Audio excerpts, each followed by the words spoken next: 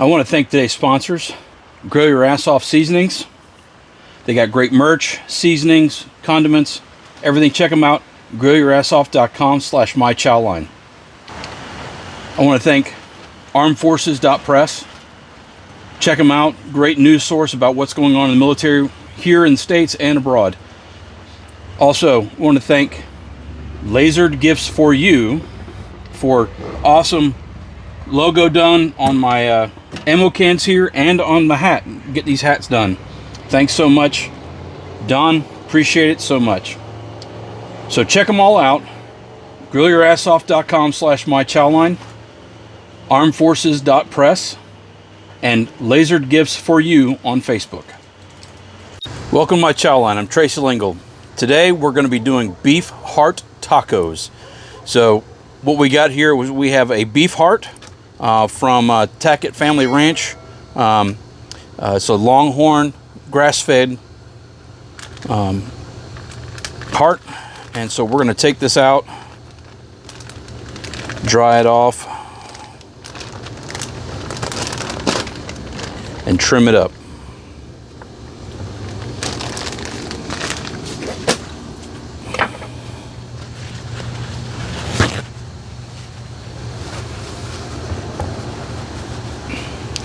Now, heart is a great source of meat. Very, very lean. As you can see, it has fat on the outside. But we're going to trim that off because it won't render down the way we're cooking it for these tacos. And it's really hard fat. I mean, I don't know if you can hear that. It's pretty hard. So we're going to be trimming that fat off. We're also going to be looking for any of the sinew and stuff inside the ventricles here. We're going to trim that off. And then we're going to season this thing up just like we would a steak or a brisket or any of those. We're gonna just season the outside of it, and we're gonna cook it hot and fast. So let's go ahead and trim this up.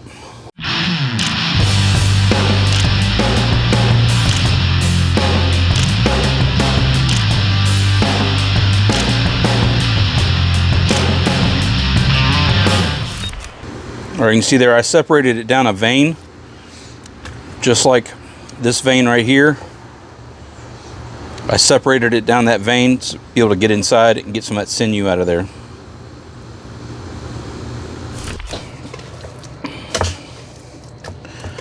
All right, so I think we got these cleaned up pretty good. I didn't do them as clean as I could have. So the main reason you have to get this fat off and get the sinew off is because we're doing this hot and fast. If you were going to slow cook this and braise it, then you wouldn't have to worry about so much of getting as much of the sinew and stuff off of it as possible, because it'll break down easier like that. So now what we're going to do is we're going to season up. We're going to be using just straight up gunpowder. Steak season, grill your ass off, good seasoning. Brisket steak seasoning, we're going to put it on pretty heavy. All right. So we're going to let this sit, get the fire started, let this sweat out, and then we will get the fire going, and come back and show you what it looks like when we go on. All right, our grill is nice and hot. So we're going to go ahead and put these on.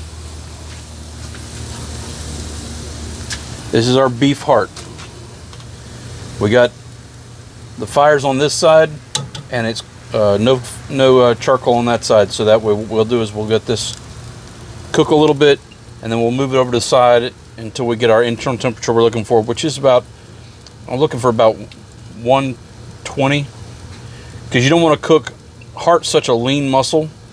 If you cook it too much, it will actually tense up and it'll get chewy really fast.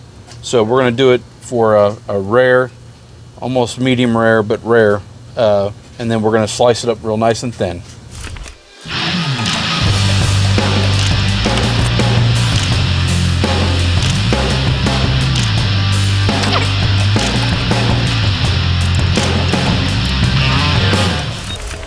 All right, guys, welcome to, I'm Tracy Lingle. We're working with Armed Forces Press here. I've got Steve Mann on here from military.com. He's going to talk a little bit about himself, and then we'll get into what we really want to talk about. Yeah, awesome. Thank you for having me. Appreciate it. Thanks. Kind of give us a background of where you come from and what your story is. Yeah, so born and raised in Ohio. I have about a 15-year background in the National Guard, been in various cavalry and infantry units over my career. I've been in journalism for about 10 years, cut my teeth in local Cincinnati news. I was actually there for Harambe, if anyone remembers that. Came out to DC, worked at Politico for a little while. And when you're the military guy, you kind of get scooped into covering defense issues. So went into Stars and Stripes for a little bit, covered the PACT Act, and now I'm at military.com, where I mostly cover issues pertaining to the Army and quality of life issues for soldiers. Great. Yeah, because that's one of the big hot topics right now, at least for us, for me anyway, because I'm around the food industry. I'm not really a reporter, but I love food, and I love making sure I feed everybody. And my goal is to help teach outdoor cooking and barbecue to veterans, and my YouTube channel goes along with that. Yeah. But are you recording outside, or is that just like your background? Yeah, I'm outside. That's outside. Fantastic. You got to be the only podcast that records outside, which I think is fantastic. I would love to be outside of the sunlight. That's a phenomenal setup to have. Yeah, well, it's my YouTube channel. This is my area where I record, and so I figured this would be. I try to do this. There was a couple of times I did it where the weather wasn't appropriate, so I went inside and had to put a background up. But I love it. It feels good. No, that's the way to do it, especially now. I'm in a creepy, dark basement. So, well, thank you. Yeah. So the quality of life issues are especially when it comes to food for our soldiers and stuff. And one of the things your article that you wrote at military.com about the 151 million that the Army has pretty much stolen from the soldiers, or allegedly stolen from them. Where did you get that? Where'd you come across all that information? Yeah, so this initially started with some coverage of an issue at Fort Carson. They've run into a lot of logistical issues, kind of keeping food stock, stuff like that. Soldier reporting issues, showing up to the dining facility, and the food's not being there. The food's not to a decent quality. This is kind of a pretty simple story, like Fort Carson, they're having some logistical issues. Whatever, we would call that like a daily story in this business. I mean, kind of like in and out, right? Not a big grand story per se.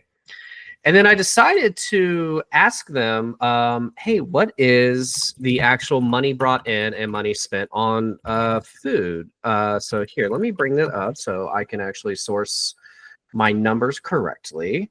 This story came out in November, and bringing it up now.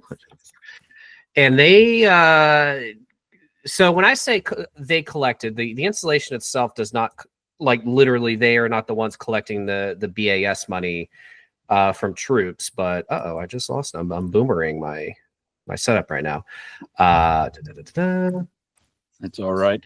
So this is great radio right now. Anyway, so soldiers at Fort Carson contributed $22 million to the pot of BAS money. BAS is effectively a tax on junior troops. This is money meant to subsidize food. If you live in the barracks, most of that is taken away. It's about $460 a month, and that is specifically by law meant to fund the food at the dining facility for said soldier to go to. Fort Carson soldiers contributed $22 million, and the budget for Carson was only $5 million. And that's when alarm bells went ringing. I'm like, okay, so $22 million was collected, $5 million was spent. This is in 2024. That is an enormous gap of money. So where did the rest of it go? So I wanted to immediately know, is Fort Carson an outlier in this? So I requested data from the Army for its 11 largest installations, and I define that as places with division headquarters. The Army has over 100 garrisons, but the major ones, I'm talking Fort Campbell, Bragg, Cavazos, Bliss, the heavy hitters. And the gap was there was consistency in that there was a gap, but how big that gap is what varied wildly. But on average, places effectively left about 40% or so money on the table, but the gaps are pretty large. They get pretty wild pretty quickly. So Fort Stewart, for example, soldiers there contribute $17 million to the BAS pot of, we'll just call it the BAS pot of money. That same year, Fort Stewart spent $2 million on food. So in effect, we are seeing the Army collecting an enormous amount of money from soldiers that is meant for one purpose and not spending it on that purpose. And it can't account for where that money's at. Right. So when you were researching all this stuff, you asked for that information from the Army, correct? Yes. This was not I wish I had a really sexy Pulitzer Prize winning Watergate story of me getting all these secret documents and meeting people in parking garages, but this was a very, very simple inquiry to the Army up at the Pentagon. Said, hey, what are you all these bases, what are you collecting, what are you spending? That's all. It was very simple. And mind you, so when we talk about the total gap of $151 million, right? The Army collected $250 million from these 11 installations, $151 million unaccounted for. And this is just 11 installations. The Army has over 100 garrisons. So the reality of what the total amount is likely much bigger. And when they gave me the data, obviously I said, okay, so this is a story at this point. It is not, Fort Carson is not an outlier. And so I wanted the rest. I wanted every installation. That's when they told me no. They said, we are not giving you anything else. You got to do a Freedom of Information Act request, which this actually violates. We're going to get a little nerdy and wonky here, but the Army has a field manual on its own public affairs transparency rules. And in effect, it says you can't make a report or FOIA for things. There's some caveats to it, things that deal with personal information. It gets a little weird when you talk about classified stuff, but the simple practice of money, taxpayer money spent, right, is not classified. It's not sensitive information. And they gave me the biggest part of the data. So this was them wanting to kill the story. They were unsuccessful. And for the folks listening, a Freedom of Information Act request is a legal tool reporters use to get information from the government. But that is not an immediate thing. Those take years to go through. They just get in this big stack. The government bureaucracy is not good at going through, and they don't want to go through them. They have to get it to a certain point. There's no law that says when they have to give said information. So I'll get Freedom of Information Act requests that I sent 4 years ago, and I forgot what I even asked. I'll just get a big stack of papers in the mail. I'm like, what the fuck is this? You know, I forgot I even sent it. Yeah. Yeah. So and as we've been talking about it, Angry Cops got on and he got a hold of your story and shared it and got it out there for everybody. And that's kind of when I started hearing about it. I had seen blippets of it, but I didn't really know what was really going on. And I started looking into what you wrote, and then I started doing some other stuff and started talking to some people in around, and it became clear that nobody knows where that money goes, right? And nobody's accounting for it, and it goes back even before COVID. What was it, 2020, that the Secretary of the Army was asking for more budget stuff, and one of the guys on the board said, "Hey, what about all this money that's not getting spent? What's going on with it?" Yeah, this is not a Trump administration issue.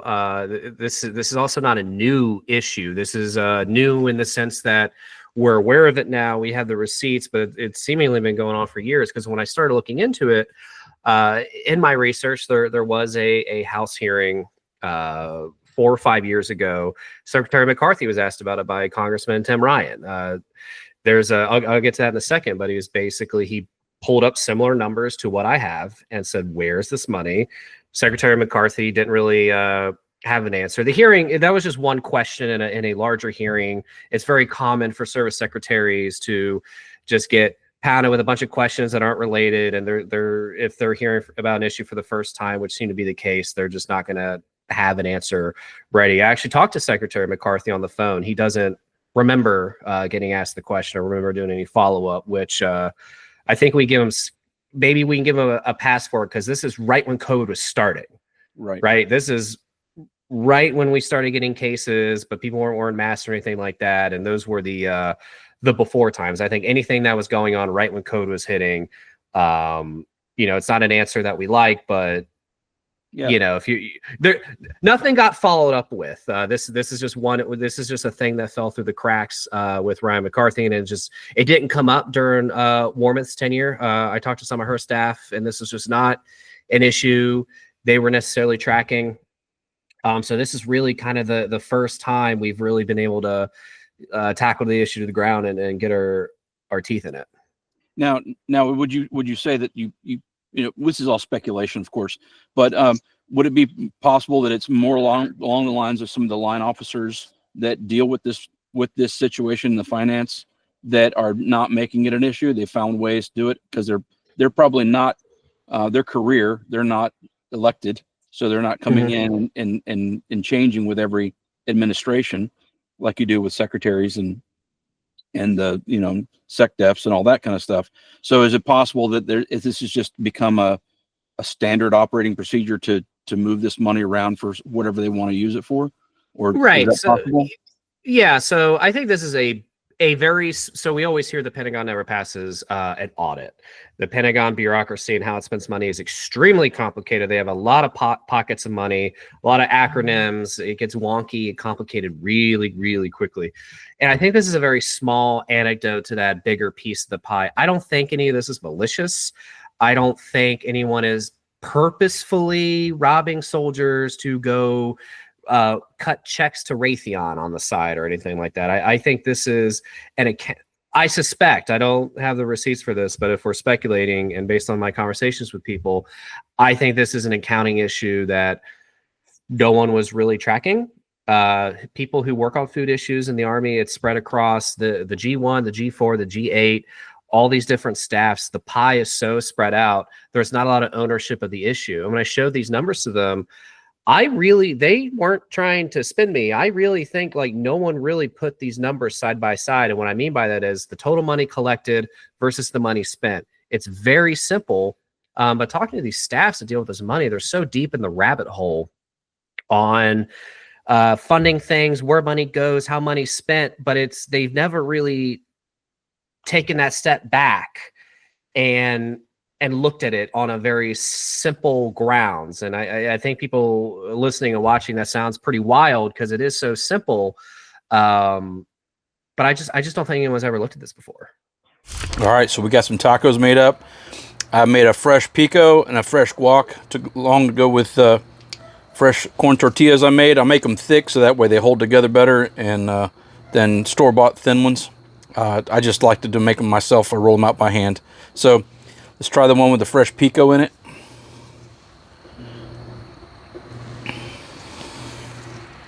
Ooh, a little bit of lime.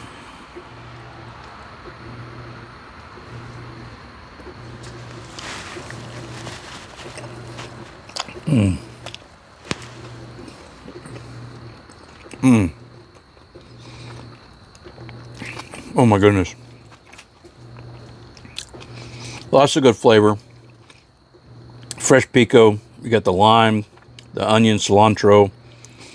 You got that meat, tender, fluffy tortilla.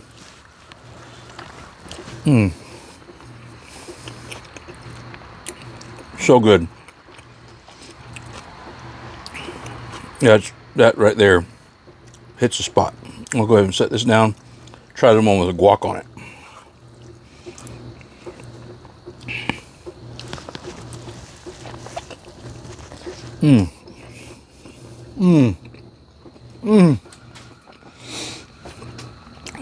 That guac is out of this world. To make the guac is super simple. Make the pico's easy too.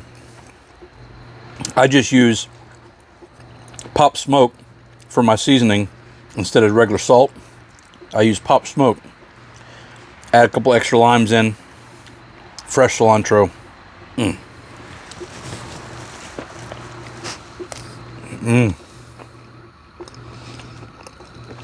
All right, Well, thanks for watching this video. We'll wash some of this down. Thanks for watching this video. Got a Yingling, tacos and beer. Oh, need to let the camera lady have a taste. She can tell me what she thinks.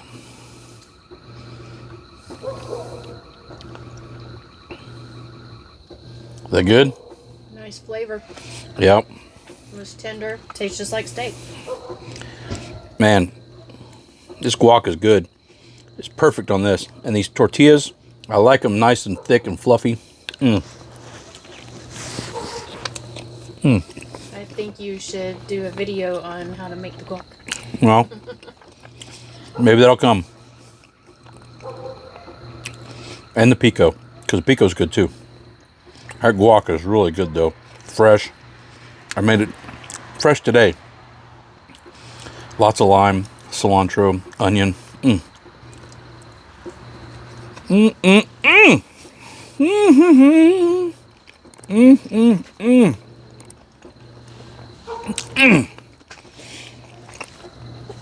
Check y'all next time.